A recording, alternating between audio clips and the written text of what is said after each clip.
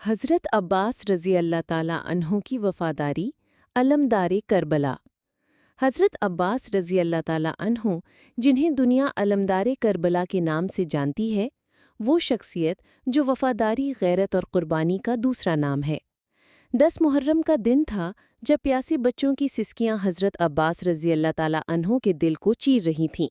انہوں نے امام حسین رضی اللہ تعالیٰ عنہ سے اجازت لی اور خیموں کی طرف دیکھ کر فرمایا، بھائی جان، میں پانی لے آتا ہوں مگر تلوار نہیں اٹھاؤں گا۔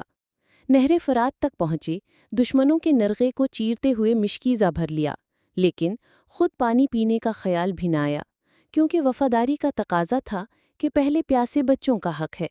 واپسی پر بازو قلم ہو گئے مگر مشکیزہ گرنے نہ دیا۔ یہ تھے حضرت عباس، وفا کا وہ مینار جنہوں نے شہادت تو قبول کی مگر وفاداری میں کمی نہ آنے دی۔ آج بھی جب وفا کی مثال دی جاتی ہے تو لوگ کہتے ہیں، وفا سیکھنی ہے تو حضرت عباس سے سیکھو۔